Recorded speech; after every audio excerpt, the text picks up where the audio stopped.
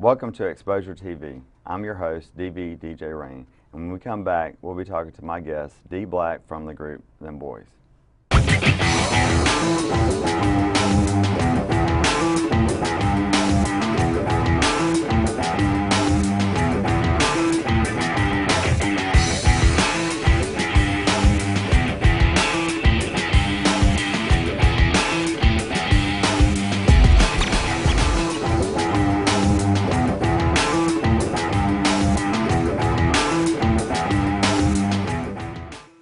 Welcome back to Xposure TV. I'm your host, DVDJ Rain, and I'm sitting here with my guest, D Black from Them Boys. D Black, how are you? I'm good, man. Glad to be here. All right, man. I'm glad you came on the show. First of all, let's kind of talk about exactly who D Black is. Okay. Where'd you go to school at? Man, I graduated 2006 Murrah High School. I've been here a majority of my life. Jackson, Mississippi, Span Elementary, Murrah High, currently at Tougaloo College, so I'm a Jackson kid. I got you. So what are you majoring in at Tougaloo? As of right now, mass communications, radio and television broadcasting. Okay. And so what are going to be your plans with that? Well, right now they're teaching me a lot about video editing, broadcasting, hosting shows. I interned with 97.7 not too long ago, and really hoping to get out and get into the radio business as a on-air personality or anything that deals with that. I got you. So being an artist and wanting to be on the radio as a radio personality, what typical avenue would you want to pursue on radio, like as far as on-air personality? Well, really, I'm open. I'm open-minded when it comes to it. I'm a rap artist, hip-hop, but I also take ventures in R&B. I wouldn't mind doing late night with my voice, make my voice work for me. Yeah. But hopefully just anything that would benefit not only myself, but everything that my label has going on as well. So I'm open. That's interesting because we know each other, and I never knew that about the radio personality. So yeah. Good luck on that. Appreciate it. So how long have you been in the music industry? Well, I've actually been dreaming and aspiring since about 2002, writing, just doing things in my pocket, in my own zone, how I felt. But it wasn't until about 2, maybe 3 years ago that me and my brother, the other half of Them Boys, LaRock, really got serious about pursuing a music career. So I say about 2, 3 years. So, all right, so you said, 2002, aspiring. Tell me about that process. A lot of people, they do battles or they go to the studio. How did you go about, making that transition to doing it professionally? Really, it was writing. I would say writing more than anything. I was always in the creative writing classes in school, poetry, anything you can name of, essays, whatever would add to my writing. Right. So it started off writing, then eventually developed to handheld tape recorders, recording myself, me and Rock recording songs on tape recorders, and it just eventually progressed as I gained interest in engineering. So with my interest growing with engineering and learning how to mix and get my sound better, came us writing more and becoming more creative with songs and actually seeing that we could really do it, like put together music, as well as having a musical background in my family. My aunt's a gospel singer, my grandfather sings gospel, so just everything kind of tied in with it. So it's kind of in your blood, this industry. Yeah? Right. I got you. So who could you say is like one of your biggest supporters? Parents, period. Parents would be some of my biggest supporters. They always try to help me by letting me learn from the things that they went through, telling me to follow my dreams first and foremost. And I always feel like that's something that they might not have had the opportunity to do with birthing me and, just life, going through life, certain things to tell you from following your dreams. So they always tell me, regardless of what it is, we're proud of you, do what you got to do, just be good at it. And that's what's happening. Let me ask you this, because it kind of hits home with me a little bit with the production thing. There's a lot of schools out there that cost tons of money, to be able to learn that stuff. So, were you self-taught? Was it trial and error? Because I know a lot of people, you know, tend to want to get into that aspect of entertainment, the production part, the mix and mastering. I mean, are you self-taught? Everything up until maybe a year ago when I met K-Cart Tracks on Deck CEO, and now working with E-Wright, Cows and Drama, Chop Shop Studios. Up until then, everything I learned and went through was by myself. So it was just trial and error, trying things out and seeing what sounded best, what worked for me, and also comparing it to a lot of industry mixes as well. So it's just trial and error, however it works out. I got you. Was there a moment in your life, you know, coming up, you know, with LaRock that kind of told you, you know, this is what I'm meant to do? It was mostly feedback. I mean, we were making songs that we felt were, you know, up to par, or that we felt would jam or could go on the radio or people would like to hear, and we put them together, put them out. Every now and then, our first mixtape was actually my graduating year, 2006, and we released it at Murray, and didn't really do nothing big, just burned a couple CDs, handed them out, and people liked it. Like, people actually were listening and calling us, reciting rhymes and songs, and to this day, just the other day, I met one of my old classmates, and he had an original form of the mixtape that we printed out, inkjet printer cover and everything, you know, he showed it to me. So that was something that told me that we actually have something that could be developed and turned into something bigger. Your first project, like besides that one, like your first like project that you guys like put out, tell me about that project.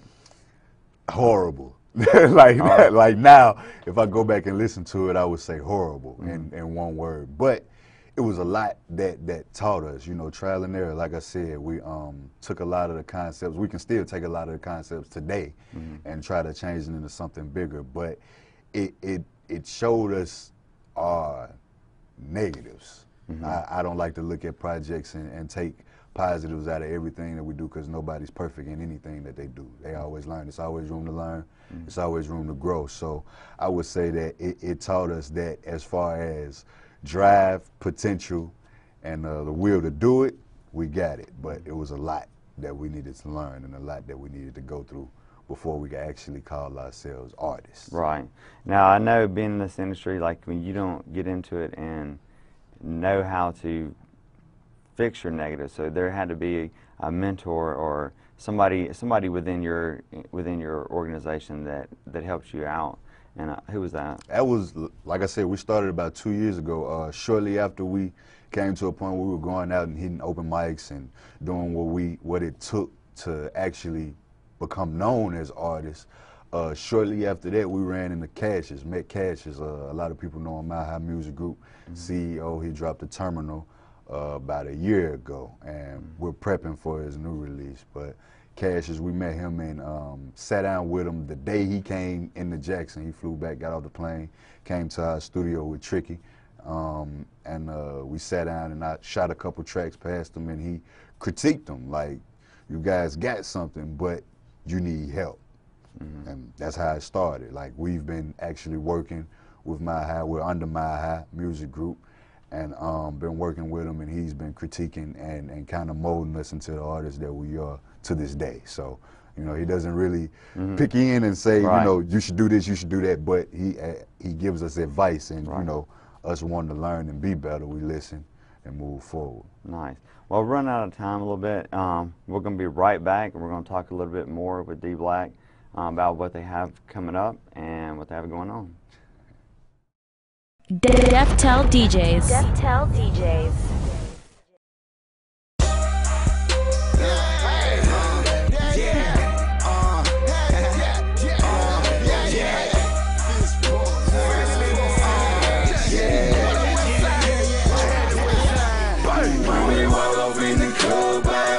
From the door, shouting, getting tipsy, and my niggas smoking drugs. Ladies shaking ass, yeah, they had it to the floor. Falling from the ceiling, and we about to go some more.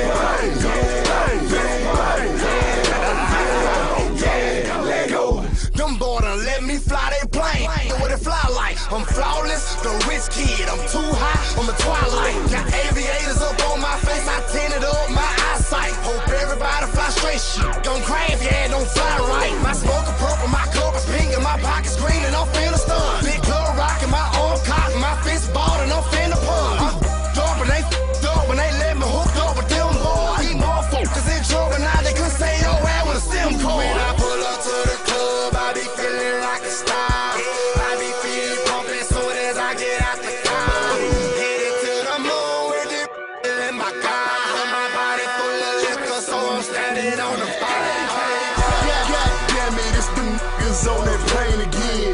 And that dreadhead making your ears rain again. Souls beating like they'll never hit a thing again. But who cares? The city needing to blame again. And we gon' take it. We giving y'all the tracks to groove. This ain't a dance, this a action. One hand, one move. Shout out to the West Side. Battlefield P was handing in. We getting this bitch. I hope the DJ run this track back again. Ladies do they dance, shake their ass and bounce they. I can't really mohead, but my swag is off the hinges. When my jam come on, I roll my sleeves and twist my fitted. And when the beat drop, let me show you how we get it. Body walk over in the club, buying bottles from the Xposure TV, Tuesdays 6 p.m. and Saturdays 6:30 a.m. on Comcast Cable, Channel 18, Pad Network. Welcome back to Xposure TV. I'm sitting here with my guest, D Black from Them Boys. How are you? Cool. We were talking about the Turbulence before we went to break. Tell me about that project. The Turbulence was our very first project known to Jackson. It wasn't really, and it's funny how it happened. It wasn't really, when we were recording, we weren't really aiming to put together a project. We were just recording songs. And after a while, it got to a point where we was like, we have enough. You know, we could put something together, and we put it together, named it, lined it up, and shipped it out. So, how many songs did you actually record for the album? 3. 3? I think we recorded 3 for the album.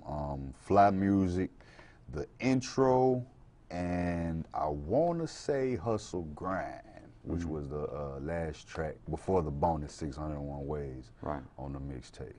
601 Ways. Tell me about that project. Oh man, it was awesome. Exactly. I know that's a big hit around town. My vivid, very first memory of it was I was at work on my job, and Cash just came up and he was like, he came to eat, and after he ate, he was like, hey, man, come out to the car right quick. I need you to hear something.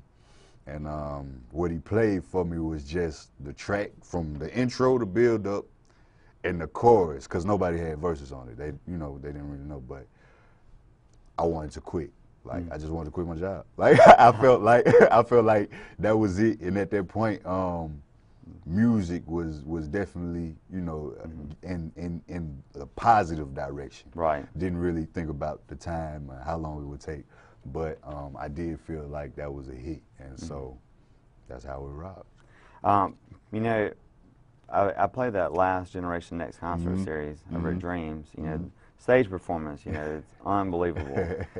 You know, like we were talking before during break.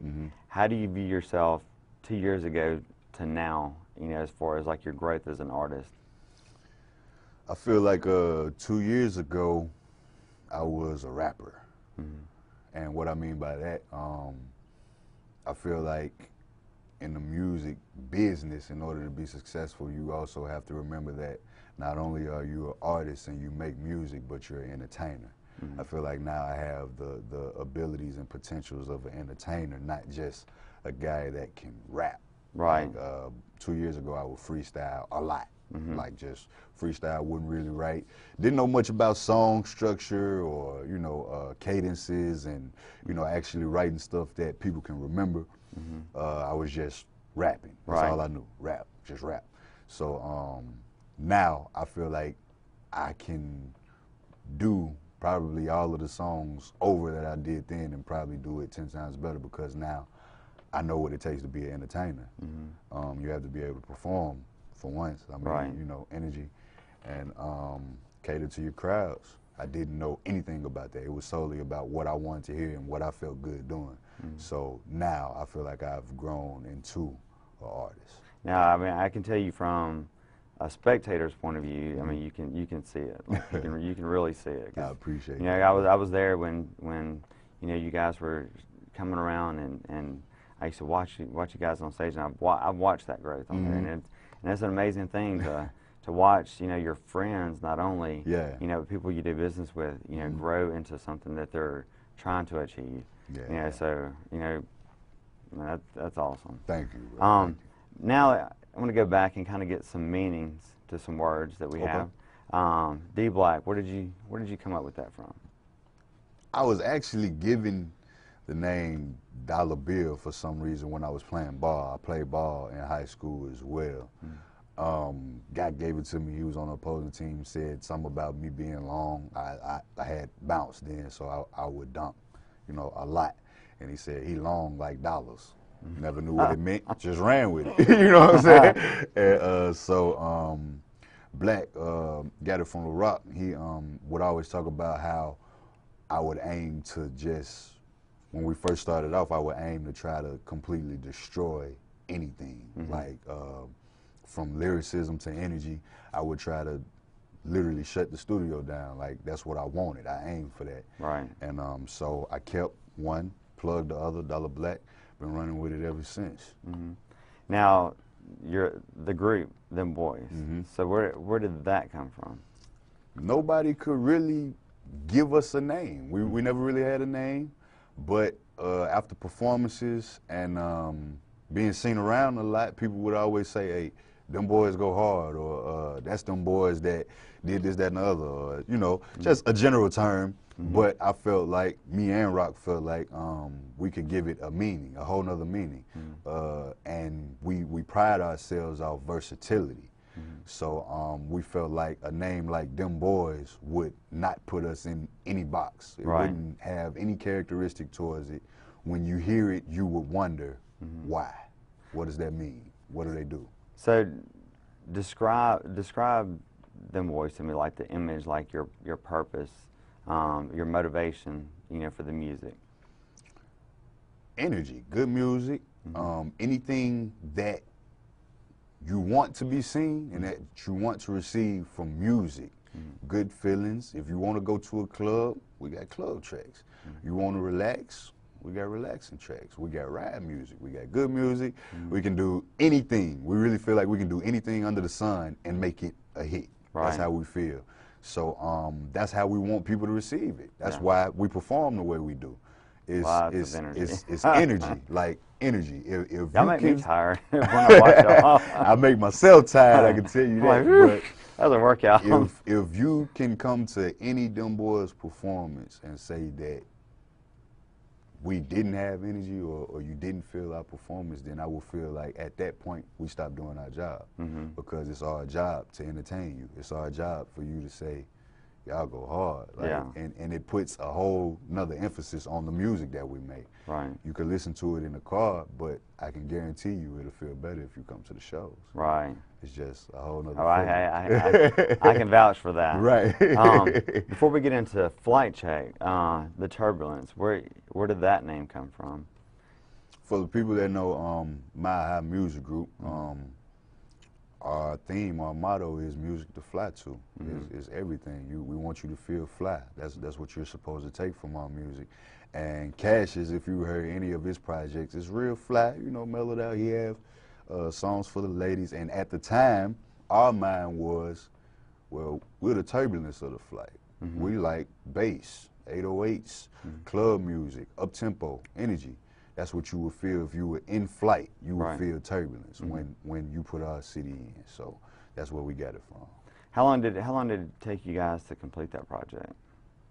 The Turbulence?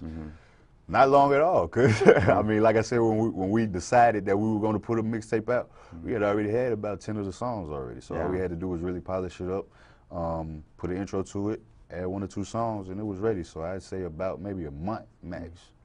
Now, I know some artists like have the the decision-making process of what makes the mixtape and which doesn't. What was your main motivation on what made the mixtape and what didn't? How it felt. How it felt.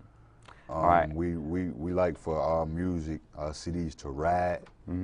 So everything should feel like it goes into the next thing. You should have that feeling. Right. So after we did that, we sat down with the tracks, lined them up, and just chose. This is going, this isn't. Right.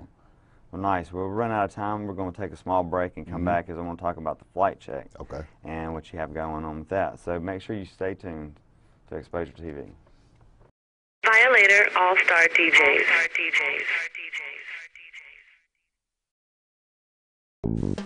Xposure TV is produced by Peaches of On Location TV.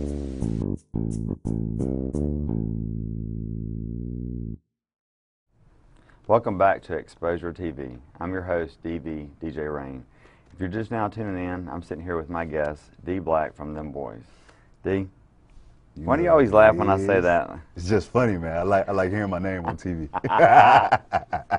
So we were talking about the turbulence, meaning behind that. Now we're on to the next project, the most recent project, Flight Check. Okay. Flight Check. So how did that come about? Tell me about that project. The phrase "mic check 1 2 1 2." Everything we do is fly. Flight check 1 2 1 2. We feel like we got a nice response from the turbulence. A great response actually for it to be our first project. Yeah. But we felt like we were better than what everybody got to see on the first project. We were happy with it. Right. But we felt like we could do better. Right. So kind of want to show that growth. Yeah, so we wanted to give them a flight check. That's what we called it, Flight Check 1 2 1 2. Filled it with high energy, and we one of the biggest complaints that we got on the last project was y'all only had one song on there for the ladies, So we tapped into that side a little bit more, and it was clubbish, like a lot more club, a lot more turbulence, and got DJ T. Lewis to host it and run with us on that project. So it was epic. I loved it. So, if somebody was to get Flight Check, tell them what they could expect out of it, like what they expect to hear. Energy. That's my answer. Energy. Like you're gonna hear energy, creativity. You're gonna want to move. Like of course, if you can play it in the clubs. On your way to the club, you need something to get you ready to go to the club, and you're also going to hear a little bit of industry. I say a little industry, like it's not your normal local mixtape, something that people would just you would hear or grab at the gas station, somebody just handing you off something. It has a lot more, how to say it, a lot more meaning. It's a lot more creative and a lot more approachable for people who are looking for industry music from local artists. Now I know being in this industry, pretty much no matter what avenue you're pursuing, artist, DJ, or promoter, whatever, there's always some obstacles that you have to overcome. Tell me about some of those and how it affected you as an artist.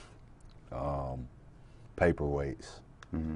What I mean by that is a problem that we have here, not really a problem, but something that we all as artists have to overcome is trying to be known as a serious artist when there's so many people trying to do it now. So it's a little harder to actually get people's attention and say, hey, look, I'm serious. Here's my mixtape. Check it out. You might not get that chance. Like 1 out of 5 people will probably take your mixtape, actually put it in a CD player and listen to it. So that's one of the biggest things because that we've had to overcome is paperweights. Just trying to be taken serious among everybody else. Right. So it's a fight to the top, but we'll get it. So a flight to the top, you got to. What do you think separates Them Boys from the rest of the people around town? Passion. Passion. I would say passion. It's in our hearts. It's in us. It's. I feel like we were bred for it. It's not just something that we picked up and said, hey, we're dropping a mixtape tomorrow, but we just started rapping yesterday. We've actually taken the time to learn our craft and, put forth our best foot, not just do something that people would jam and ride to. We actually wanted to have meaning and longevity. We don't want you to listen to it a week, put it down, don't listen to it till next year. Just, it's something that you can really feel and vibe to. Now, speaking of jamming, I mean, you have a quickly rising national hit, Fist Pump. Fist Pump. Fist Pump. We love that. I love that. I love that track. I love that track. The video is great. Thank you. It is. Kamikaze came in, Kai Productions and Real Walk Cinema, Mississippi on the Rise. They came in and they really helped us out and put forth a big effort into making the video what it could be, reach its full potential. So we thank them on that. What was the motivation behind Fist Pump? Like, what is the meaning behind that song? Being in club floods and just being in floods and me LaRock and Cassius, we were all just watching. It was something that we actually saw almost every week. Like at some point in the night, you would see everybody fist pumping. Right. Just fist pump. Never really had a song to it, and the song that they did it to the most is almost infamous for is My Flag, Battlefield Pierre. Thus the shout out in my verse, Battlefield P was happening. But it was something that we felt, all of us felt, as a unit felt that it should have a track to go to it. Somebody from here should make a song called Fist Pump and just run it. So that was the motivation. I got you. So now that you have Flight Check completed, what are you guys' plans for the future? More work. More work. More work. We actually coming in on closing 3rd. Nice. You know, that's on the hush. You just got an exclusive, by got the way. But you heard it here first. we're closing in on our 3rd. I won't release a name. Right. But you know, we're closing in on our 3rd. We never stop working. Flight Check. I say, and the thing about Fist Pump, it was an accidental, you know, single. We recorded it a week before a Generation Next that we had, performed it at the Generation Next that following week, and it went. Right. So a lot like the last mixtape release, with this mixtape Flight Check, we did say we were going to pace ourselves and, you know, actually put forth more effort into promoting and trying to get it out, and they're working with it. But we started recording about 2-3 weeks after Flight Check was out, so we're always working. So if somebody wants to find Flight Check or Turbulence, what avenues can they go to download those? Either of the websites. We have www.flightchange.net.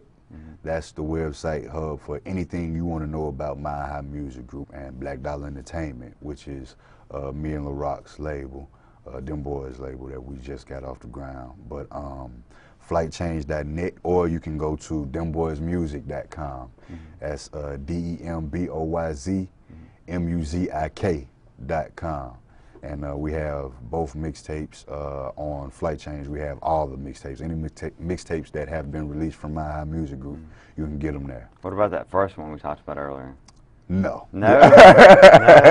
No, you won't find it. I got to get a throwback, I tried to get him to burn it. The guy that the guy that had it, I said, burn it, throw it in the fire, and just do anything with it. Just don't let it be found. That's part of history, though. Right, right. Really. And I still have the MP3s. You know, I still listen to it every now and then just to remind myself. You know, every now and then you need a positive push. Right. And that helps me see where we were, where we've come, and where we're going. And it's something you should be very, very proud of. Right, right. A start, always. So if somebody wants to book you guys or get in contact with you, what are some of the avenues they can do that? For booking, you can email us, demboysmusic, again, DEMBOYZMUZIK @gmail.com. And you can always follow us. We're in close touch with our Twitter @demboymusic, spelled the same way. Me, D Black of